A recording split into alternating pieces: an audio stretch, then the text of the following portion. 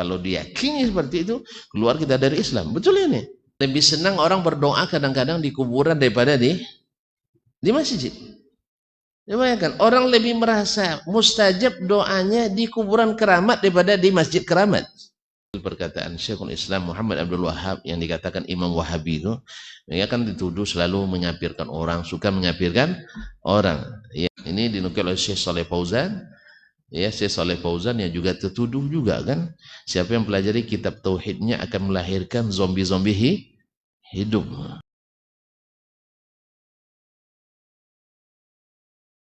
Berkata dia di Sabur, anil lafzi bil Quran, itu tentang lafaz dengan Al-Quran, faqala la yanbaghi ayunadhara fi hadha. Ini sebenarnya tidak perlu diperdebatkan lagi.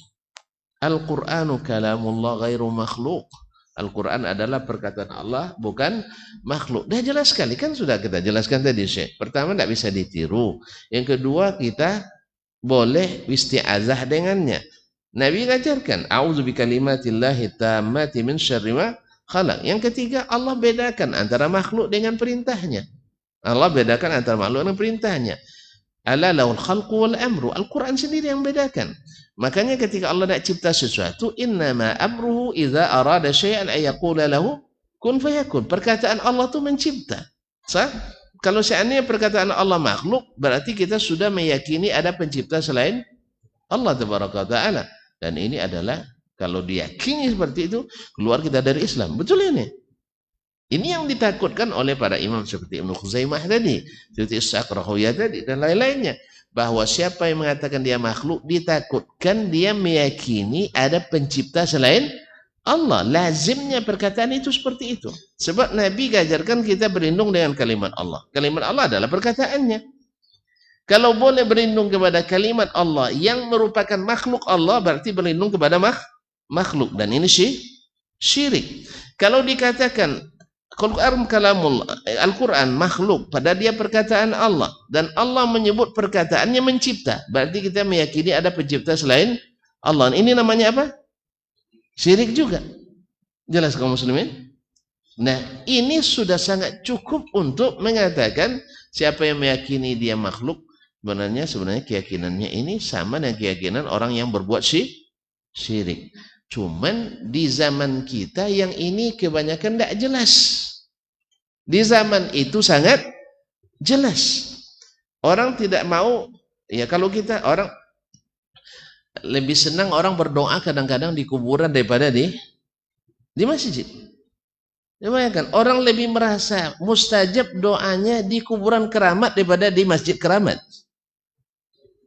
Padahal yang keramat itu masjid kan, bukan kuburan. Tidak percaya sih.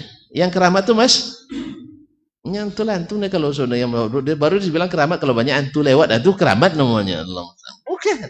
Yang paling kan keramat bahasa Arab, karamah. Karamah itu lahir dari sini banyak, bukan dari kuburan.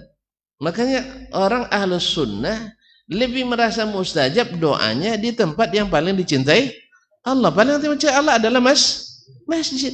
Enggak, kalau orang kita sekarang karena banyak subuhat, mana cuy berdoa di situ mustajab doa. Itu mustajab tidak doa mustajab. Padahal di masjid lah doa yang paling mustajab antara azan dan qamat. Cuma enggak, dia pergi waktu sholat aja pergi ke kuburan. Ada teman di Jawa cerita di sebuah daerah di Jawa sana. Jadi pas waktu wudhu di kamar mandi kan banyak teman-teman tempat wudhunya. Datang rombongan putih-putih ramai sekali. Pas waktu masuk masjid ada warna putih-putih tadi. Mulai dia takut, begidik dia. Jangan-jangan hantu tadi kan. Jangan hantu. Rupanya selesai sholat maghrib, yang putih-putih tadi di kuburan. Entahlah, wallahualam, entah sholat di situ, entah berdoa saja, entah gimana, atau dia dijamak sholat jamak takhir kan. Wallahualam. Nah gimana sih? Jadi lebih utama baginya ke kuburan daripada ke. Nah kalau hal yang seperti ini, lalu kita bahas masalah seperti ini, lalu kita sebut siapa yang meyakini ini keluar dari Islam, gimana kira-kira? Bahaya. Makanya kaum muslimin fatwa itu tidak sama di setiap tempat. Jelas, makanya tidak usah masuk bab ini ya. Ya, cukup antum tahu Al-Quran adalah kalamullah, bukan makhluk. Nggak usah berdebat ya. Nanti jangan ditulis medsos nanti debat kusir nanti. Nggak usah didebat. Karena akan banyak subuhat. Akan banyak subuhat. Sebab kalau dikatakan dia bukan makhluk, Al-Quran itu syai'. Syai' itu benda. Benda itu berarti bukan. Kan itu bahasanya. Al-Quran itu syai'un bahasa Arab. Syai'un itu kan benda. Kan dia kan ditulis di mushaf nih. Subhatnya di sini. Sampai-sampai orang sekelas Imam Al-Bukhari saja difitnah orang. Sampai diadu dengan gurunya Muhammad bin Yahya Az-Zuhli. Sampai bermasalah dengan ini. Diadukan pula dengan Amir Ibn Khusyair pada masa itu. Jadi subhanallah fitnah yang luar biasa. Kalau sekarang kita bahas ini bisa aja kita masalah. Oh ini orang ini takfiri. Yang ada yang motong nanti videonya kan. Yang saya sampaikan ini tidak disebutkan, dibacakan perkataan Ibnu Khuzai.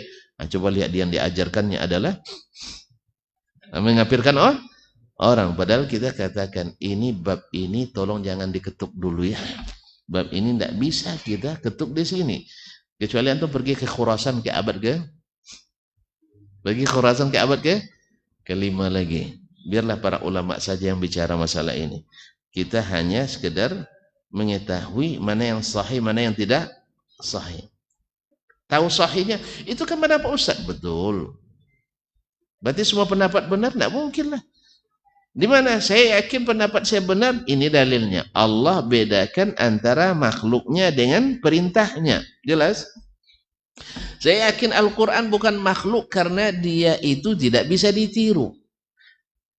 Kalau bisa ditiru berarti makhluk. Tak ada perkataan kecuali bisa ditiru. Kecuali perkataan Allah Tabaraka Ta'ala. Yang ketiga, Nabi SAW mengajarkan kita isti'adzah dengan kalimat Allah. Berarti kalimat Allah bukan makhluk. Karena syirik dalam keyakinan kaum muslimin, syirik minta perlindungan kepada selain Allah. Isti'adzah bersama Allah itu syirik. Yang kemudian Allah katakan bahwa dia mencipta sesuatu dengan mengatakan kun. Berarti kun itu perkataan Allah. Perkataan Allah. Kalau perkataan Allah itu makhluk, berarti makhluk mencipta makhluk. Berarti ada pencipta selain Allah. Dan itu meyakini itu syirik. Oleh sebab itu saya tidak mau mengatakan itu. Pasalnya bahaya pintunya. Soal antum yang mengatakan itu, saya tak berani menghukum. Pasalnya antum banyak subuhatnya. Itu masalahnya. Di situ banyak subuhatnya.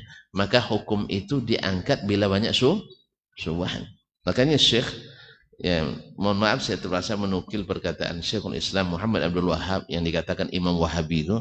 Dia kan dituduh selalu mengkafirkan orang, suka mengkafirkan orang. Ya, supaya biar paham bahwa yang mengatakan itu adalah para pembenci beliau. Dan wallahu alam mungkin berdusta. Tapi kita menuduh orang berdusta pula nanti kena pula ya. Kaum muslimin dan muslimat. Beliau mengatakan yu'zaru bil jahli man lam tablughu da'wah. Ini dinukil oleh Syekh Saleh Fauzan. Ya, Syekh Saleh Fauzan yang juga tertuduh juga kan. Siapa yang pelajari kitab tauhidnya akan melahirkan zombie-zombie hidup. Alhamdulillah, di sini belajar saya tauhid Syekh Saleh Fauzan. Banyak zombie di sini. Enggak ada. Ya enggak payahlah nanti kalau buka nanti setelah pandemi ini orang umrah. Nah, pergilah umrah nanti. Kita saudara-saudara kita di Aswaja umrahnya kemana? Kemana? Ada tempat lain umrah. Jangan-jangan sudah difatwakan umrah ke Istiqlal. Kenapa ada yang pernah ngusulkan itu? Ada yang pernah ngusulkan.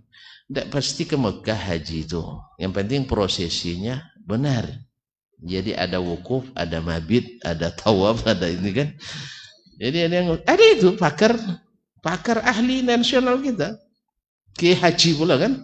Dan petinggi dia bilang haji cukup ke Jakarta aja. Jadi tawafnya di Monas.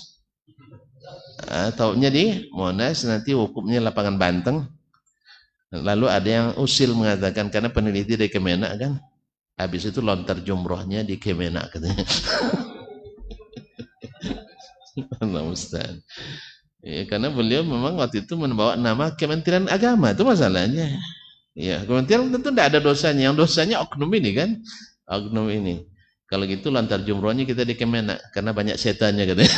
Allah musta'an. Jadi nah, ini gara-gara dia gimana jadi rusak namanya jadinya. Gara-gara satu orang ini rusak nama Kementerian Agama. Apalagi kalau banyak pula yang mau merusaknya. Allah musta'an. Makanya Kementerian Agama jangan sampai masuk orang rusak. Hilang kepercayaan.